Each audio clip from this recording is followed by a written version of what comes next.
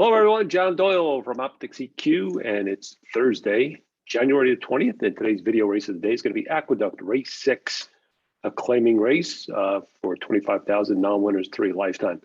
So you get these fields, could always be a little suspect, these lifetime conditions. But the first thing I notice about this race is the plot fit is red, but still going to go plow through and try to handicap this race, even though, because you do get these plot fit reds and they're still handicapable. So I'm going to look at this one. And the first thing I'm going to look at is the RPM. Okay, for people that are new to optics and know what does RPM mean? Well, the RPM means it's the run style to plot match. So how the horse likes to run, how he plots today versus today's field is an important aspect. So if a horse is an early lead horse and there's 3 other early lead horses, it doesn't look like our early lead horse is going to get the lead, that's a negative. So in our situation, the way we denote negatives is with red number. Green is a good fit and black is kind of neutral. So in the case of the 6 and the number 3, we have 2 reds. That's usually really negative. So let's look at their plot a little bit more closely. So number 6 is an early presser horse, and you can see he's below in quadrant 3, even though he's to the left. The problem is okay, maybe he can make the lead, but it doesn't look like he really has good second call pace. And we've seen this with other horses that we labeled in quadrant 3 that look better, but they were squares. So this horse has a medium-sized circle, so he doesn't have finishability either. So even if he were to make the lead, I think it would make him vulnerable late. That's it. Is even if he makes the lead or is able to maintain the lead through the middle stages of the race, because you could see he's below the 2, 7, 8 on the plot to the second call. You remember that up the vertical y-axis is second call. So negative on the 6, and the 3 is a presser closer. He's another red in the RPM matrix, and he's a circle in quadrant 4. Small circle, but a circle nonetheless. And you could just understand that why that's negative, right? A horse that needs to come from behind has less late pace than majority of the field. So 2 negatives in here. So 3 and 6 from my standpoint are eliminations. That leaves us with the rest of the field. The next horses I would want to evaluate, the horses that I think are going to take the most money, the number 2 and definitely the number 5 is probably be the morning line favorite. I'm going to take a look at those horses and see where we're at. So I'm going to go to the grid, and I've got them ready here. Oh, by the way, if you want to do this, I just did 2 or 5 in the program number. So if I just want to see, if I want to kind of compare 1 or 2 horses together, that's one way of doing it. So number 2, Super John. This horse is, this horse is okay, right? I mean, he's run races in the 90s, high 90s. In fact, 3 races back, he ran a 98 at the, this level, above this level, actually. So what's wrong with this horse, right? Well, he runs that good race. And just be note too, he's running all these good races out of town. So it's not New York, it's not Kentucky, it's not California, it's Delaware, Laurel, and Monmouth. Okay, so he's down a couple of tiers in my boat. So maybe those 90s aren't really 90s anyway. But then the horse takes a 223-day layoff, 9 months, comes back. Churchill probably in the wrong spot, really goes way up in class, gets slopped, and doesn't run a lick. It looks like he was eased, 99 lengths back, probably more than that. He was eased probably in that race. Okay, so I wouldn't mind this horse too much if they dropped him, he comes right back, or within a month. But no, another 256-day layoff changes the barn to Rice, obviously capable, but I don't think this is really her angle coming off these long laps. And then the precipitous drop to claiming. So this horse is finally in for a tag. The horse never been in for a tag before that. To me, that's a negative. I mean, I just have a problem, even though he plots beautifully. If you went back and looked at his plot, we'll go back to the plot in a moment. He stands out, but that plot isn't indicative of his recent form, his most recent form, right? So if you go back, it's probably including these 98 races and so forth. So my guess is this horse looks like, to me, to be vulnerable in this spot. Okay, he's 4-1. Don't know how they're going to bet him. Be curious to see. Don't like him. The other horse, and probably the morning line favorite, probably going to be shorter than the morning line favorite at 3-1, would be the Roman Empire. This is the Todd Pletcher horse.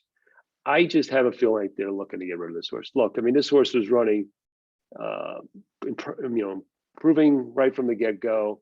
Ran a 93 peak in a stakes race, ran a good third in a restricted stakes at Gulfstream. And then we didn't see him for 71 days. Comes back, runs a lot less in terms of buyer versus less. He did have trouble to start in that race, so note that. Then he doesn't run again for over 7 months, comes back at a higher level at Aqueduct and just does no running at all. Now he comes back 27 days later and he does improve, but really not dramatically. This horse gets dropped to a real lot lower level, a level comparable to today's, gets a pocket trip and really doesn't kick home. And really wasn't bet in that race at all at 8-1. He's going to probably be one of the favorites today. He is going to be the favorite in my estimation. It's coming back maybe for a little less, but I just think at this point, what this horse used to be and what he used to be able to run is not there anymore. I don't expect a big improvement, and I just think the barn is trying to dump this horse. So, and if you remember, and I'm going to go back to the plot here so you can see him versus. See the 2 again, just to go back to the plot, the 2 that we talked about plots real well. That's that indicative of that horse's current form. And the 5 doesn't plot as well. I mean, quadrant 4 circle for a closer, not good. Plots better on the standard. I mean, the surface distance, but still hard to take a horse that's going to be below 5-2. I mean, probably 2-1, closer to 2-1. So far, 3, 6 look like easy eliminations. 2 and 5 probably going to be undervalued and not worth playing. Let's look at the rest of the contenders, okay? Let's start with the number 1, because I thought this horse was a little bit interesting. This horse ran a good race on a return, 286 days, at below today's level, but ran a good 83. Oops. But ran a good 83.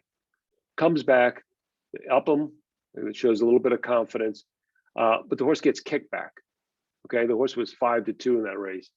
And you remember the kickback is a big deal, really affects horses' performance. So I would probably upgrade that performance, and probably that performance might be comparable to the race he ran before. So this horse looks like, even with little improvement, could run definitely mid to upper 80s.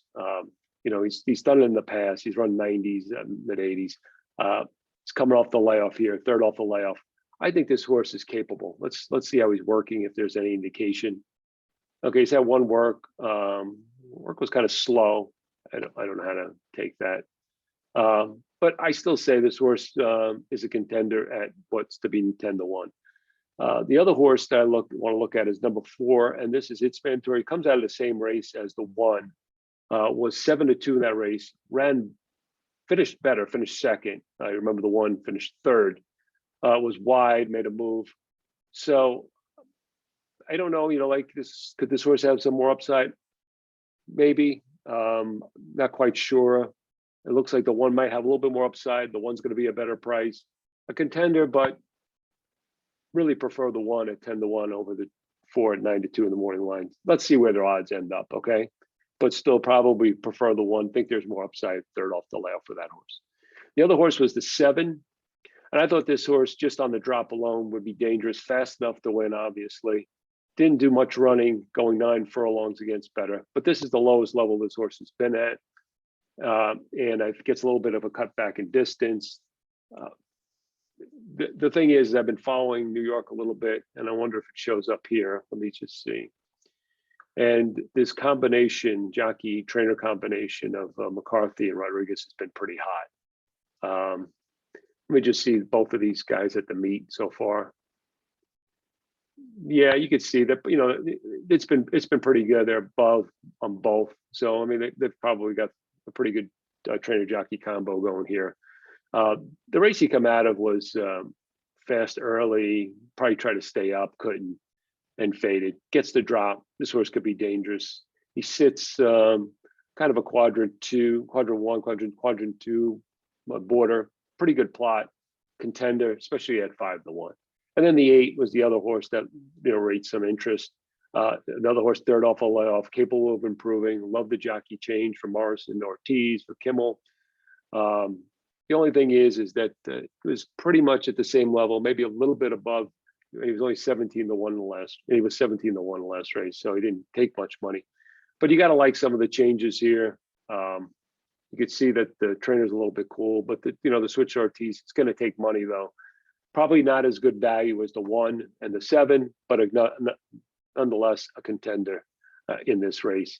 So in review, 3 and 6 easy eliminations, 2 and 5 against them in terms of value.